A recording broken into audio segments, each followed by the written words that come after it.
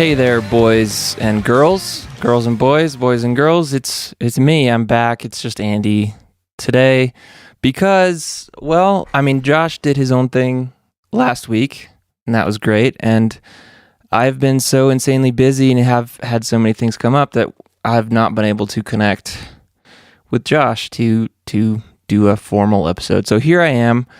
It is Sunday evening as I'm recording this, the day before this episode comes out, and tomorrow morning, bright and early, I'm flying to Seattle, Washington to join the boys in Emery to do a short little tour down the West Coast. And I have a lot of thoughts about it, and I will tell you a few of them, if that's all right. Interesting thing to note is that immediately before I press record, I realized I had a bloody nose. And I don't understand how you just get a bloody nose without like your nose being hit on something or you're picking a little too hard. So if you hear me, I don't know, it seems like it's stopping. Anyway, that's just a little thing about me right now, just bleeding on the mic here. So yeah, as you hopefully know, I got back from my headlining house show tour less than 2 weeks ago. So I've had like a week and a half at home before leaving again. And I just wanted to, one, recap that and then talk a little bit about what's coming up. So yeah, so we did we called it the Slow Spaces Tour. I went out with Hotel Neon and we did, I think it was 12 shows in total. And I'll just start off by saying that it was definitely the best tour I've ever been on. And in multiple ways. One, it just technically, there were no meltdowns, there were no car troubles, there were no fiascos in any way, and that's awesome. We kept joking as the tour went on, like, well, this is going so well, let's not jinx ourselves, and like we were kind of expecting something to fall apart at the very end, but it didn't, because the last time we did this Slow Spaces tour on the West Coast, we had our final show in Seattle, and we had kind of a technical meltdown. Basically, the mixer that I use for all of our tracks is controlled wirelessly via an iPad. And for whatever reason, this space we got in, the Wi-Fi signal the mixer puts out just didn't work well. Like we were trying to mix from the iPad, and it would freeze up and not let you do anything. So we tried to fix it, ended up making things a lot worse. And, lesson learned for this tour was I got an external router for the wireless network that we're mixing from, and that seemed to make things a lot better. So, hey, boys and girls, if you are you're using wireless internet, you require it to do your thing, get yourself a good external router, and that'll solve a few problems for you.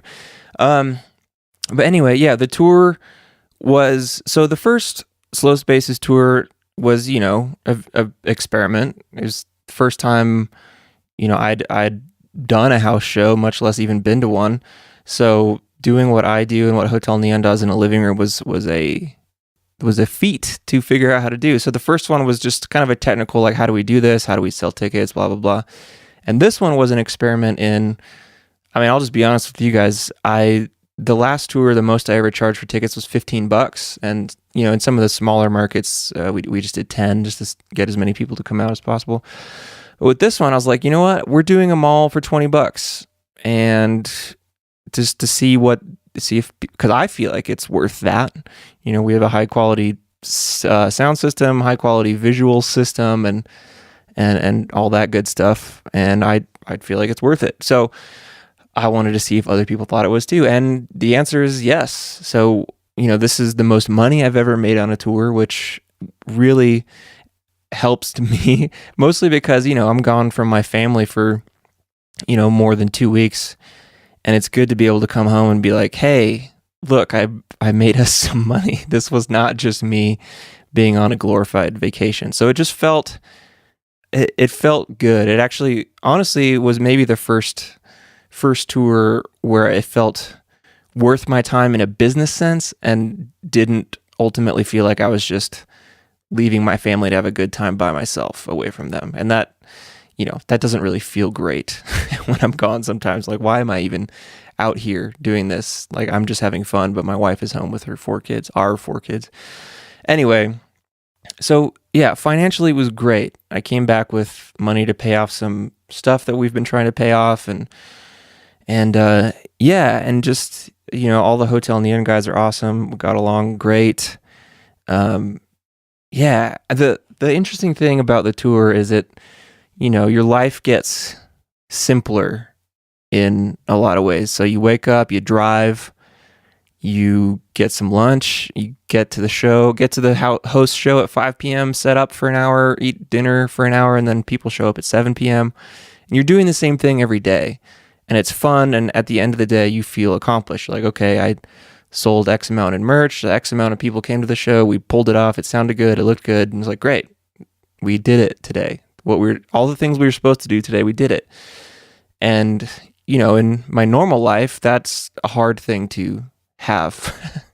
It's hard to, first off, know what I'm supposed to do in a day.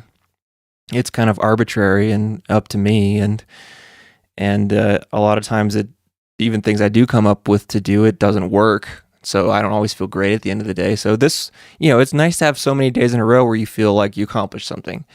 But the downside is that, when I get home, it's an interesting transition. And I'd like to have my wife Megan on at some point to talk about how it is from her side, but it's just, it's hard. I love my kids and my family, but it's a lot to be thrown back into. And I was cognizant of that because it's happened before. I think I tend to get a little more, annoyed by the kids and get frustrated more easily than I would, because I'm still trying to get back to normal life. And I don't know, I had been doing really well with anxiety stuff, but this past week I've had more flare-ups than normal, and I think part of that is just the context switch from the tour to home, and then also trying to prepare for this next tour, and kind of lamenting the little amount of time that I've been home. A big part of me just wants to stay, honestly, stay at home. Yeah, so those are some things about the tour. It was great. And if any of you are listening and you came out, I greatly appreciate it. There were so many, here's a fun thing. There were so many people who came up to me and said they'd been listening to this podcast, and my initial reaction to that was like, oh boy, I'm like embarrassed by the amount of things people know about me from that. But the cool thing is it ended up framing the conversation so we could immediately go to somewhere interesting instead of, I don't know, things that are not interesting. So I think a lot of people picked up on the fact that I didn't really want to talk about gear. And for the most part, the conversations I had with people after and before shows were just really good stuff about music in general, about careers, about the tour itself, and just things that mattered to me. And that was a much easier conversation. Those were much easier conversations to have.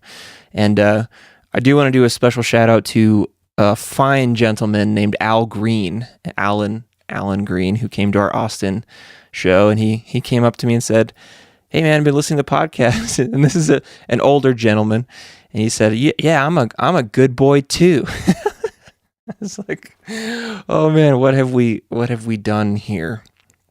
So, yeah, it was great. Yeah, and so I mean that's all I really have to say about it. I'm excited to do more. I'm excited to improve the show more and more, get it logistically tighter, easier for me to book and do it and all that stuff. And I'm excited about it. It's great to talk to real people and be in front of real people and not just a computer screen. And yeah, so that's all. And so tomorrow I'm flying out. Plane leaves at 9 a.m. I'll get into Seattle at 11 a.m. And man, I'm really nervous about it, mostly because, well, I go back and forth between being really confident and really nervous, because one of the big things about the Slow Spaces tour, the Living Room Show tour, is that, the other guys who were with me helped mix my set.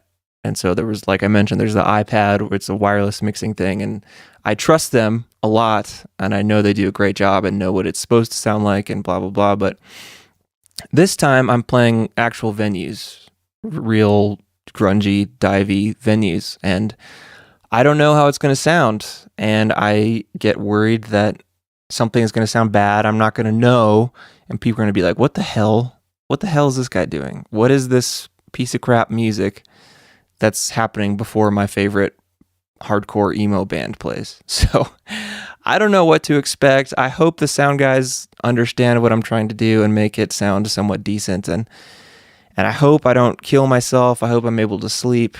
I didn't mean that literally kill myself. I mean, I hope I survive it mentally and sleep wise. Because my last experience being on a bus, which I'm going to be on a bus this time, was not great. I didn't sleep well on a bus, so we'll see if that's any better this time around. So anyway, I'm excited about the future. I am excited about this tour when I'm able to zoom out. I'm excited to have the entire month of August off. I've got a friend flying in to work on some new music with me in the middle of the month that I will reveal more on later. But I'm just excited to dive back into making music. And that was another thing I came back with from the tours. You know, I felt so accomplished with the performances and really proud of what we were able to do. And it actually reignited my excitement to write and record and create songs at my home studio. So I know I've talked a lot about the, I guess, pressure I feel when I come into my studio, and it's like I've got to create something, and it's kind of crippling. But now I feel very excited about the month of August, and I have plans to create a lot, and I hope that is true. So yeah, long term, August, I'll write some new songs, hopefully put some of that stuff out before the end of the year. September, doing another run with Emery in the middle of September for another week. And then I'm looking at doing another Slow Spaces run or living room run in the fall, late October, early November, somewhere on the East Coast, probably Northeast. And then talking about doing another run in the spring of next year of doing like a full East Coast all the way down, you know, Florida to New York and all that good stuff. So boy, that's me right now. So as you're listening to this episode on Monday, think about me flying to Seattle. And that's all. I appreciate you guys listening. I'm thankful for those of you I was able to talk to in person on this tour. Hopefully to talk to more of you on this tour and other tours, and thank you especially to my good friend Josh for taking the helm while I was gone and out of pocket, and checking in on me and being a good friend. So I appreciate him, and I appreciate you, and I will talk to you next week. See you later, guys.